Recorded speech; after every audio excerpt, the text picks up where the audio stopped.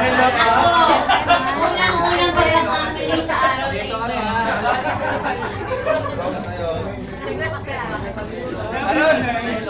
Aron, wala makita rito. Nandito kami sa likod. Sana pa. Kasi tulad ng sabi mo, lahat kami hindi ko kami makita. Hindi ko mag-comment sa likod eh.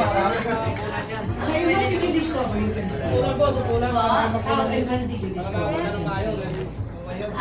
Paano? Siguro kasi na nagkaroon lang po ako ng confidence na parang maglabas talaga ng album. Simula nung nag-tour ako, na US tour, Canada tour, tumutugtog ako ng gitara, nagkumakanta ako doon sa kanila. Tapos parang sa Instagram ko, pinopost ko yun. Tapos nagkaroon ng mga comments sa Instagram na parang, uy Kim, ang tagal na ulit bago bago yung album mo noon, 2007.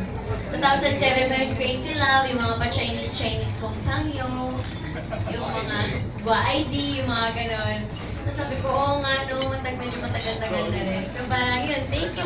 Thankful ako sa Star Music kasi binigyan nila ako ng chance, ng pagkakataon to release a new album. Ba ito ang pangarap mo? Po? Hindi Hindi po talaga. Ang gusto ko lang talaga, makita lang po ako sa TV.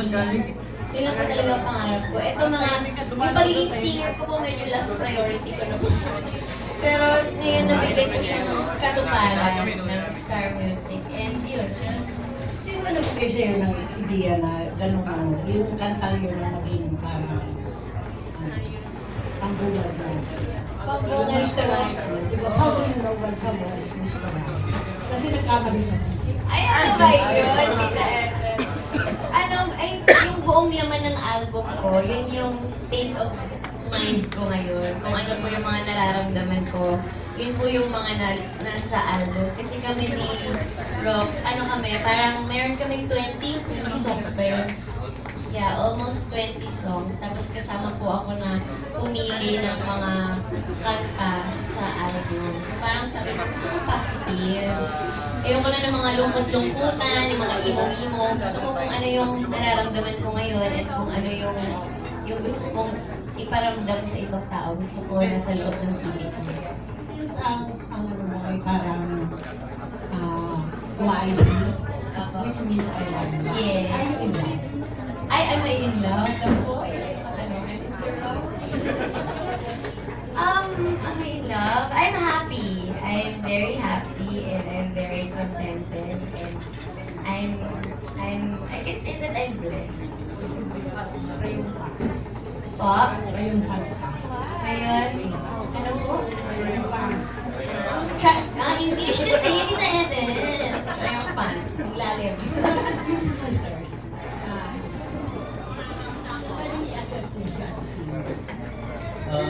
Opo naman, kasi po, kung titignan po natin yung first album niya sa Star Records, yung Gua ID, sobrang successful po yun. Nag-gold po yun and then platinum. And then nakaproduce po doon ng isang sobrang hit song which is yung Crazy Love na. And yung ginagawa namin yung album na to, yung second album, hindi kami nahirapan, lalo na ako kasi nga, pagdating sa studio, alam niyo na yung songs. Then, ang pagkakaalam ko rin po, nag-formal vocal training na po siya, nag-voice lesson po siya, nag-guitar lesson po siya. So, nag-recording na kami, hindi na mahirap gawin or hindi na